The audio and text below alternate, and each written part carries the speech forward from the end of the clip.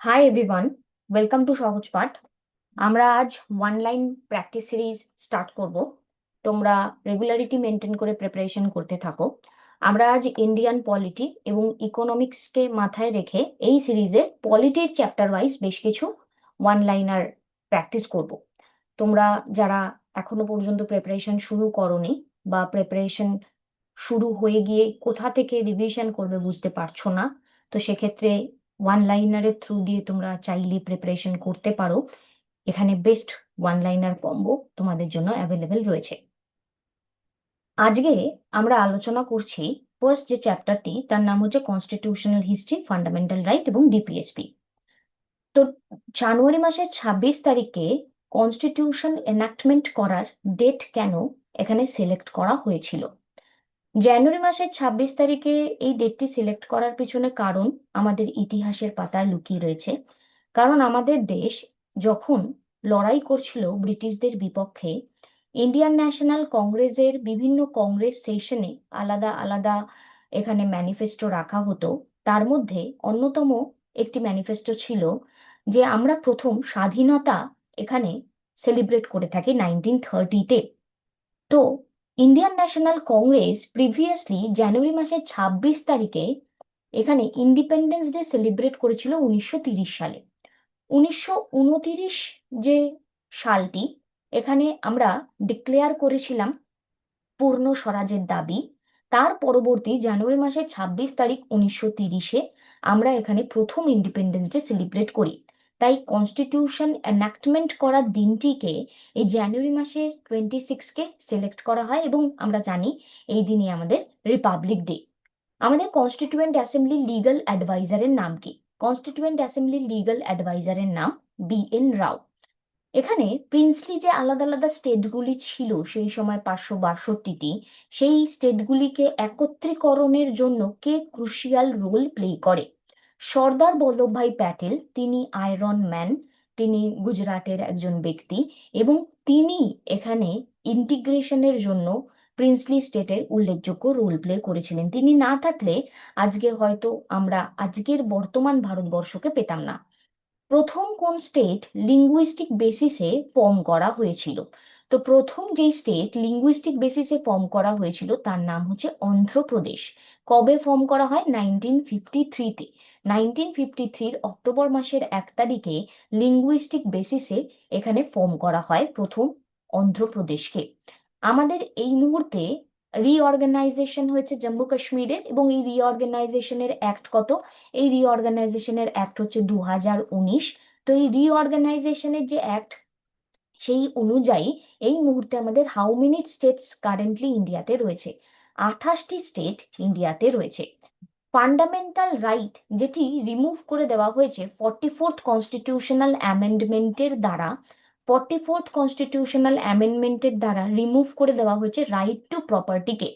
42nd amendment এবং 44th constitutional amendment, 44th অ্যামেন্ডমেন্টের এখানে আমরা রাইট টু প্রপার্টিকে আমরা রিমুভ হতে দেখতে পাই। Freedom of the press, freedom of the press এখানে প্রোটেক্ট করা হচ্ছে কোন কনস্টিটিউশনাল রাইটের বেসিসে?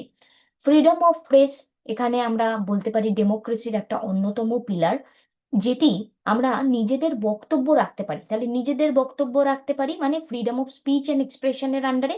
Freedom of speech and expression article 19-এর আন্ডারে। ফান্ডামেন্টাল রাইটকে প্রোটেক্ট করার পাওয়ার কার কাছে রয়েছে? ফান্ডামেন্টাল রাইটকে প্রোটেক্ট করার পাওয়ার সুপ্রিম কোর্টের কাছে রয়েছে এবং হাইকোর্টের কাছে রয়েছে। এরা ন্যায় বিচার করে থাকে। যদি এখানে পার্লামেন্ট কোনো ভুল কোনো আইন প্রণয়ন করে, তো সেক্ষেত্রে সুপ্রিম কোর্ট হাইকোর্ট সেই বিপক্ষে লড়াই করে। তো সুপ্রিম কোর্টের আর্টিকেল 32 এবং হাইকোর্টের আর্টিকেল 226-এর আন্ডারে রিট জুরিসডিকশন রয়েছে, রিট জারি করতে পারে এরা, এবং এর মাধ্যমেই আমরা ফান্ডামেন্টাল রাইটকে প্রোটেক্ট করে থাকি। আমাদের ডিপিএসপি এই যে কনসেপ্ট কোন কনস্টিটিউশন থেকে অ্যাডাপ্ট করা রয়েছে? তো ডিপিএসপি আয়ারল্যান্ড কনস্টিটিউশন থেকে অ্যাডাপ্ট করা রয়েছে, ডাইরেক্টিভ প্রিন্সিপাল অফ স্টেটের পলিসি। তো স্টেট চলে কিসের রেসপেক্টে? আয়ারল্যান্ড মানে ল্যান্ডের উপরে, এভাবে মনে রাখতে পারো যারা গুলিয়ে ফেলো। তাহলে ডিপিএসপি আয়ারল্যান্ড। এখানে ডিপিএসপি এখানে কি বলা হচ্ছে? Cheque on a bank payable at convenience of the bank. তো ডিপিএসপি কে এই আখ্যা দেওয়া হয়েছে, বলা হয়েছে যে চেক একটি ব্যাংকের তখনই টাকাটা দেওয়া হবে যখন তাকে ব্যাংকের কনভেনিয়েন্স হবে। তো এই কথাটি ডিপিএসপি রেসপেক্টে কে বলেছেন? কেটি শাহ বলেছেন। এটি কেন বলেছেন এটাও যদি একটুখানি খেয়াল রাখার চেষ্টা করি, এটা বলার পিছনে কি কারণ? এটা বলার পিছনে কারণ, লাইক ডিপিএসপি আর নন জাস্টিসিয়েবল, ফান্ডামেন্টাল রাইটস আর জাস্টিসিয়েবল। ডিপিএসপি এখানে আর ফান্ডামেন্টাল ডিউটিস যদি কেউ ক্ষুণ্ণ করে তাহলে কিন্তু আমাদের কোর্টে শাস্তি হয় না, কিন্তু এর উপর বেস করে আমাদের দেশের ল তৈরি হয়। তাই এখানে cheque on a bank payable at a convenience of the bank এই কথাটা বলা হয়েছে। কোন ইন্ডিয়ান স্টেট ইমপ্লিমেন্ট করেছে uniform civil code? Indian state এখানে অনেকেই করেছে, বাট প্রথম ইউনিফর্ম সিভিল কোড আর্টিকেল 44, সকলের সমান আইন থাকবে ধর্ম নির্বিশেষে, সেটি ইমপ্লিমেন্ট করা হয়েছে গোয়াতে। Separation of the judiciary from the executive, এটি প্রোভাইড করা হয়েছে কোন পার্টিকুলার পার্টে? তো এটি ডিপিএসপির পার্ট এবং ডিপিএসপির আর্টিকেল 50-র পার্ট। ইন্ডিয়ান কনস্টিটিউশনে ইকোনমিক জাস্টিসের কথা কোথায় বলা রয়েছে? তো ইন্ডিয়ান কনস্টিটিউশনে ইকোনমিক জাস্টিসের কথা ডাইরেক্টিভ প্রিন্সিপাল অফ স্টেট পলিসির মধ্যে বলা রয়েছে, আমাদের কিন্তু প্রিয়াম্বলে বলা নেই। খুব ইম্পর্টেন্ট কোশ্চেন, প্রিয়াম্বলে বলা নেই। যারা আমাদের চ্যানেলটিকে এখনো সাবস্ক্রাইব করোনি, সাবস্ক্রাইব করে দাও। তোমাদের প্রিপারেশন ওরিয়েন্টেড সমস্ত ভিডিও আমরা এখানে প্রোভাইড করব, যেটা তোমাদের প্রিপারেশনকে অনেকটা সহজ করবে। নেক্সট আমরা প্রেসিডেন্ট এবং ভাইস প্রেসিডেন্টের সেকশন নিয়ে যদি আলোচনা করি, যে প্রেসিডেন্ট অফ ইন্ডিয়া তার রেজিগনেশন কাকে সাবমিট করে? তো প্রেসিডেন্ট অফ ইন্ডিয়া ভাইস প্রেসিডেন্টকে করে, ভাইস প্রেসিডেন্ট প্রেসিডেন্টকে করে, ভাইস ভার্সা। আমাদের গভর্নমেন্ট অফ ইন্ডিয়ার কনস্টিটিউশনাল হেড কাকে বলা হয়? কনস্টিটিউশনাল হেড, গভর্নমেন্ট অফ ইন্ডিয়ার কনস্টিটিউশনাল হেড হচ্ছেন প্রেসিডেন্ট। আর আমাদের বেসিক্যালি এক্সিকিউটিভ হেড যদি বলা হয়, এক্সিকিউটিভ যে অ্যাকশনস গুলো, যাবতীয় যা কিছু যার নাম করে নেওয়া হয়, তখনও কিন্তু এক্ষেত্রে আমাদের প্রেসিডেন্ট হবে। আর রিয়েল হেড যদি বলা হয় তখন প্রাইম মিনিস্টার হবে। একমাত্র প্রেসিডেন্ট যিনি আনঅপোজড ইলেক্ট হয়েছেন তার নাম কি? ডক্টর নীলম সঞ্জীবা রেড্ডি আনঅপোজড ইলেক্ট হয়েছেন।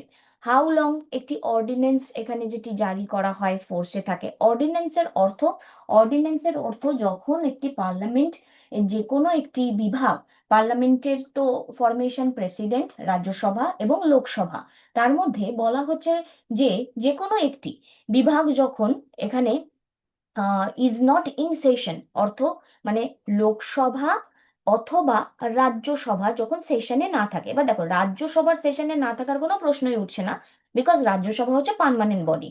তাহলে এখানে অর্ডিন্যান্স ইস্যুর যে কথাটা এখানে বলা হচ্ছে, যে লোকসভা যখন সেশনে না থাকে, যে কোনো কারণে সরকার যদি না থাকে, সেই সময় প্রেসিডেন্ট তথা গভর্নর, প্রেসিডেন্ট হচ্ছে সেন্টারের লেভেলে আর গভর্নর হচ্ছে স্টেটের লেভেলে, আইন প্রণয়ন করতে পারেন যেই হাতিয়ারকে দিয়ে, তাকে বলা হয় অর্ডিন্যান্স। তো অর্ডিন্যান্সের ম্যাক্সিমাম এখানে কতদিন জীবিত থাকতে পারে? 6 মান্থ, এবং এক্সটেন্ডেড একটা অপশনে থাকে 6 মান্থস অ্যান্ড 6 উইকস। তোমাদের এই ভিডিওগুলো ভালো লাগছে কিনা জানাবে, তাহলে অবশ্যই এরকম এক্সপ্ল্যানেটরি ভিডিও তোমাদের সাথে আলোচনা করব। এখানে who acts as the president during the vacancy caused by president's death or resignation? তো প্রেসিডেন্টের কোনো কারণে এখানে পদটার ভ্যাকেন্সি হলে এখানে ভাইস প্রেসিডেন্ট যিনি রয়েছেন তিনি এখানে কি করতে পারেন? তিনি এখানে প্রেসিডেন্টের পদে 6 মাস পর্যন্ত থাকতে পারে। By what process can president be removed from the office? Impeachment প্রসেসের দ্বারা প্রেসিডেন্টকে রিমুভ করা যায়, আর্টিকেল 61, এবং সেটি রাজ্যসভা বা লোকসভা যে কোনো একটি থেকে ইনিশিয়েট হলেই হবে। ম্যাক্সিমাম টাইম অ্যালট করা হয়েছে প্রেসিডেন্টের অফিসে, কত টাইম অ্যালট করা হয়েছে? তো এখানে সরি, কত টাইম অ্যালট করা হয়েছে তার যে ভ্যাকেন্সি রয়েছে সেটাকে ফিল আপ করার ক্ষেত্রে। তো আমি আগেই বললাম যে ভাইস প্রেসিডেন্ট প্রেসিডেন্টের পদে ম্যাক্সিমাম 6 মাস পর্যন্ত এখানে ভ্যালিড থাকতে পারেন, এবং তার মধ্যেই নতুন প্রেসিডেন্টকে বেছে আসতে হবে। Supreme commander of the Indian defence ফোর্সকে প্রেসিডেন্ট, একমাত্র পার্সন যিনি এখানে ইলেক্টেড হয়েছেন প্রেসিডেন্ট অফ ইন্ডিয়া হিসেবে দ্বিতীয়বার, কে? তো এখনো পর্যন্ত রয়েছেন Rajendra Prasad. Non political figure যিনি প্রেসিডেন্ট অফ ইন্ডিয়া হিসেবে ইলেক্টেড হয়েছেন এপিজে আব্দুল কালাম। এখানে কোন, which court has original jurisdiction to resolve disputes related to the election of president and vice president? President এবং ভাইস প্রেসিডেন্টের যদি ইলেকশন রিলেটেড কোনো ডিসপিউট থাকে, সেই ডিসপিউটকে এখানে কোন কোর্ট দেখবে? তো তো সেই ডিসপিউটকে দেখবে হচ্ছে সুপ্রিম কোর্ট আর্টিকেল 71 এর আন্ডারে। Vice president of India elected, vice president of India কিভাবে ইলেক্টেড হতে পারেন? তো ভাইস প্রেসিডেন্ট অফ ইন্ডিয়ার election both the houses of পার্লামেন্টের অল মেম্বার্স দিয়ে হয়। এমনটা নয় যে এখানে শুধু ইলেক্টেডরা থাকবে, শুধু নমিনেটেডরা থাকবে, এখানে both the houses of parliament এখানে থাকবে। Who is the ex officio chairman of the Rajya Sabha? Ex officio chairman of the Rajya Sabha হচ্ছে vice president. In which house the procedure to remove the vice president be initiated? Vice প্রেসিডেন্টকে remove করার যে procedure সেটা initiate করা যায় কোন হাউসের দ্বারা? তো রাজ্যসভা। প্রেসিডেন্টের কিন্তু রাজ্যসভা লোকসভা যে কোনো একটি হতে পারে, বাট ভাইস প্রেসিডেন্টের ক্ষেত্রে কিন্তু এক্ষেত্রে আমাদের উত্তরটা অনলি রাজ্যসভা হবে।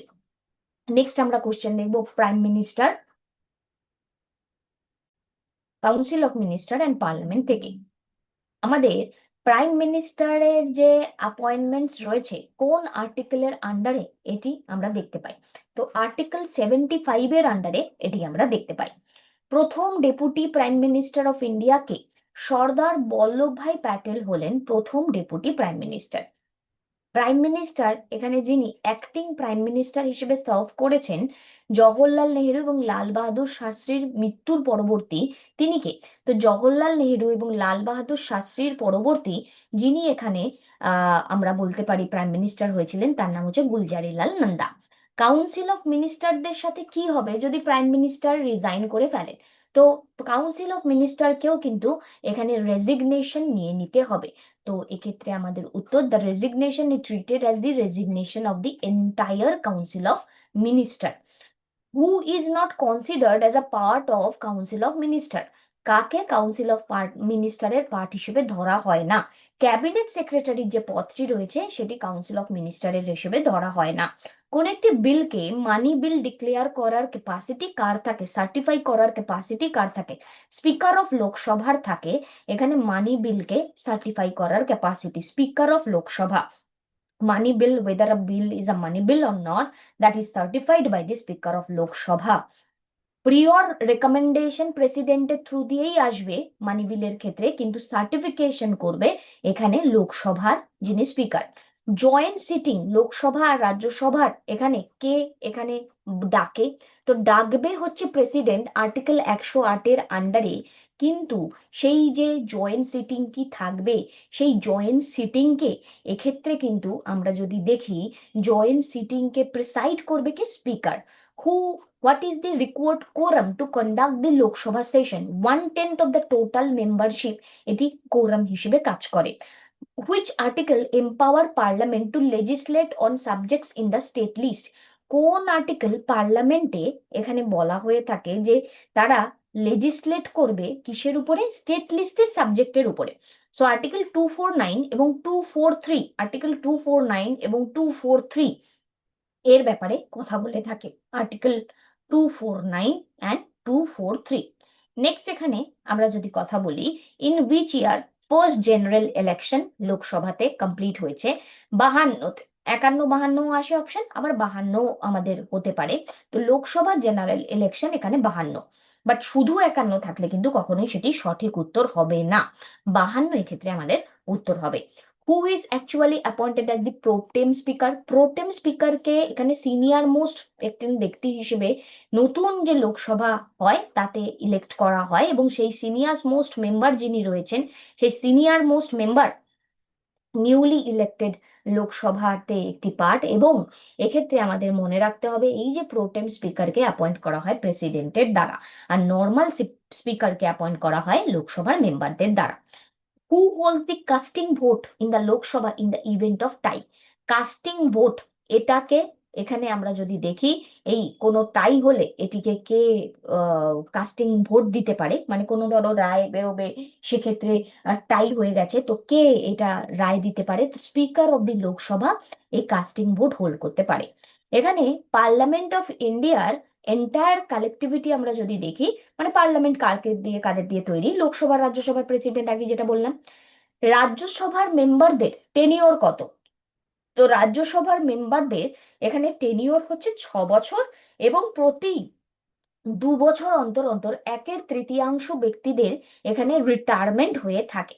নেক্সট আমরা দেখব prime minister, council of minister এবং পার্লামেন্টের আরেকটি কোশ্চেন, আরো একটা সিরিজের কোশ্চেন নিয়ে। এখানে আমাদের রাজ্যসভার মেম্বারদেরকে অ্যাপয়েন্ট কে করে? Elected member of the state legislative assembly. Elected member of the state legislative অ্যাসেম্বলির মেম্বাররা এখানে রাজ্যসভার মেম্বারদেরকে অ্যাপয়েন্ট করে থাকে। প্রথম স্পিকার লোকসভার কে? জিভি মাভালামকার। ফার্স্ট ফিমেল স্পিকার কে? মেইরা কুমার। এখানে ম্যাক্সিমাম গ্যাপ দুটো সেশনের ক্ষেত্রে এখানে পার্লামেন্টে যখন থাকবে, তো কাদের মধ্যে থাকতে পারে? ম্যাক্সিমাম দুটো সেশনে পার্লামেন্টে যখন হবে তার ম্যাক্সিমাম গ্যাপ কত হবে? ম্যাক্সিমাম সমস্ত কিছুর এই আনসারটা কিন্তু 6 মাসই হয়ে থাকে। What percent of seat must a political party hold to recognized as an official opposition party? Official opposition party এখানে 10% অফ দ্য টোটাল সিট এখানে পলিটিক্যাল পার্টির হিসেবে রেকগনিশন পাবে। পাবলিক অ্যাকাউন্টস কমিটি চেয়ারপারসন কে এবং টুইন সিস্টার তার কমিটির রেসপেক্টে কাকে বলা হয়? তো পাবলিক অ্যাকাউন্টস কমিটির চেয়ারপারসন হচ্ছেন গিয়ে, এটা চেয়ার করা হয় লিডার অফ অপোজিশনের দ্বারা। তো প্যাকের চেয়ারপারসন হচ্ছে লিডার অফ অপোজিশন, এবং এই প্যাকের টুইন সিস্টার হলেন এস্টিমেটস কমিটি। প্যাকের twin sister estimate committee. Custodian of the consolidated fund of ইন্ডিয়াকে? কনসলিডেটেড ফান্ড অফ ইন্ডিয়ার কাস্টোডিয়ান বললে কিন্তু পার্লামেন্ট হবে, কখনোই প্রেসিডেন্ট হবে না। কারণ কোথা থেকে টাকা বেরোবে, কোথায় টাকা যাবে, কাকে টাকা দিতে হবে, কাকে দিতে হবে না, তার রেসপেক্টে কিন্তু এই ডিসিশনটা কে নিয়ে থাকে? পার্লামেন্ট নিয়ে থাকে। আর কন্টিনজেন্সির ক্ষেত্রে ডিসিশনটা কি হবে তোমাদের জানা থাকলে তোমরা আমাকে কিন্তু উত্তর করতে পারো। নেক্সট কোশ্চেন আমরা যদি দেখি, স্টেট এক্সিকিউটিভ এবং লেজিসলেচার্সকে নিয়ে ম্যাক্সিমাম এজ, মিনিমাম এজ এখানে কিসের, কত এজ দরকার রয়েছে স্টেট লেজিসলেটিভ অ্যাসেম্বলির মেম্বার হওয়ার জন্য? তো স্টেট লেজিসলেটিভ অ্যাসেম্বলির মেম্বার হওয়ার জন্য মিনিমাম যেই সময়সীমাটা দরকার তার হচ্ছে গিয়ে 25 বছর। Which state legislative body cannot be dissolve but can be abolished? Cannot be dissolve but can be abolish, কাকে ডিসলভ করা যায় না, অ্যাবলিশ এখানে আহ করা যায়, মানে ডিসলভ করা যায় না বাট অ্যাবলিশ করা যায়। স্টেট লেজিসলেটিভ কাউন্সিলের রেসপেক্টে এই মুহূর্তে আমাদের 6টা স্টেটে স্টেট লেজিসলেটিভ কাউন্সিল রয়েছে। গভর্নর অফ স্টেট, এখানে governor of state K appoint করে? তো গভর্নর অফ স্টেট কে এখানে অ্যাপয়েন্টমেন্ট করা হয় প্রেসিডেন্টের দ্বারা। Governor of state appointed by president.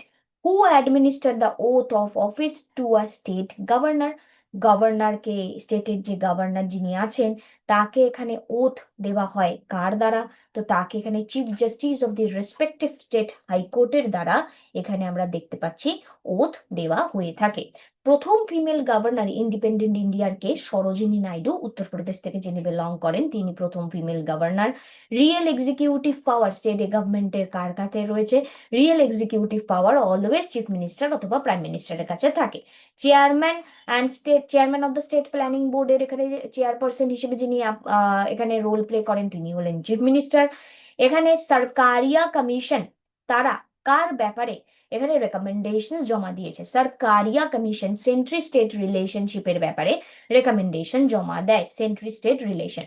Judiciary এবং legal offices, who is considered as the highest legal officer? Highest legal officer হচ্ছে attorney general of India, highest. আর স্টেটের ক্ষেত্রে অ্যাডভোকেট জেনারেল অফ স্টেট। এখানে right to an audience to any Indian court can speak in parliament without being a member? তো এমন কোন ব্যক্তি যে পার্লামেন্টের মেম্বার না হওয়া সত্ত্বেও যে কোনো কোর্টে অডিয়েন্স হিসেবে পার্টিসিপেট করতে পারে? তার উত্তর হচ্ছে অ্যাটর্নি জেনারেল। প্রথম ল অফিসার স্টেট গভর্নমেন্টের কে? এগেইন এখানে স্টেট গভর্নমেন্ট যেহেতু বলা হচ্ছে তাহলে অ্যাডভোকেট জেনারেল খেয়াল করতে হবে।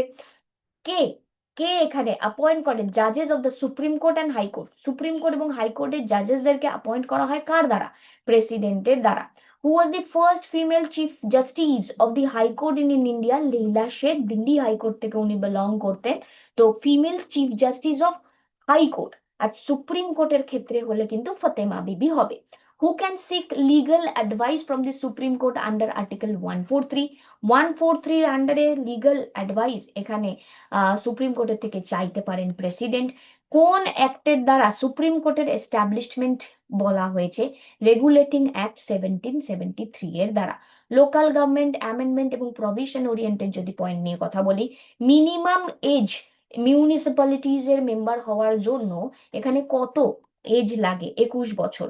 Which of the following is not a part of a three tier panchayati raj system? Three tier panchayati raj সিস্টেমের কোনটি পার্ট নয়? ডিস্ট্রিক্ট কাউন্সিল, পঞ্চায়েত সমিতি, গ্রাম পঞ্চায়েত, গ্রাম সমিতি। তো আনসার ইজ গ্রাম সমিতি, কারণ গ্রাম পঞ্চায়েত, পঞ্চায়েত সমিতি, ডিস্ট্রিক্ট কাউন্সিল এগুলি তিনটেই হচ্ছে পার্ট। কোন পার্টিকুলার অ্যামেন্ডমেন্টের দ্বারা এখানে কনস্টিটিউশনাল স্টেটাস দেওয়া হয় পঞ্চায়েতি রাজ সিস্টেমকে? 73rd কনস্টিটিউশনাল অ্যামেন্ডমেন্টের দ্বারা এখানে এই কনস্টিটিউশনাল স্টেটাসটা দেওয়া হয়ে থাকে, যেটি 1992 পঞ্চায়েতকে। আর পঞ্চায়েতের পরে মিউনিসিপ্যালিটিজ হচ্ছে গিয়ে এখানে আমাদের 74th 1992। জিএসটি এসেছে কোন অ্যামেন্ডমেন্টের দ্বারা? 101তম অ্যামেন্ডমেন্ট 2016-তে এখানে গুডস অ্যান্ড সার্ভিস ট্যাক্স এসেছে, এবং জিএসটির ফার্স্ট বার্থডে হচ্ছে 1 জুলাই 2017। মিনি কনস্টিটিউশন এখানে ফেমাসলি কোন অ্যামেন্ডমেন্টকে বলা হয়? 42nd অ্যামেন্ডমেন্ট, যেটি এনাক্ট হয় 1976-কে, তাকে বলা হয়। আমাদের এই মুহূর্তে ইন্ডিয়ান কনস্টিটিউশনে কটা টাইপের ইমার্জেন্সি রয়েছে? তিনটে টাইপের ইমার্জেন্সি রয়েছে, national emergency, president rule and financial emergency. আমাদের এই মুহূর্তে ফাইন্যান্সিয়াল ইমার্জেন্সি কতবার ডিক্লেয়ার করা হয়েছে? এখনো একবারও করা হয়নি। আর্টিকেল 360 এর আন্ডারে এখানে কখনোই ডিক্লেয়ার করা হয়নি। সো এই ছিল আমাদের আজকের আলোচনা। প্রত্যেককে থ্যাংক ইউ এই ভিডিওটিকে মনোযোগ সহকারে দেখার জন্য, এখনো পর্যন্ত যারা দেখেছো। আশা করি তোমরা অনেক কিছু শিখতে পেরেছো, এবং তোমাদের এইভাবেই আমরা সাপোর্ট করতে চাই। তোমরাও আমাদেরকে একটু সাপোর্টের হাত বাড়িয়ে দাও। ভিডিওটিকে ভালো লাগলে একটি লাইক এবং প্লিজ একটি কমেন্ট করে আমাদের উৎসাহ মেনটেন রেখো, যাতে এইভাবেই আমরা আগামী দিনে তোমাদের পরীক্ষার পাশাপাশি তোমাদের সাপোর্টে সিস্টেম হিসেবে থাকতে পারি। Thank you, take care.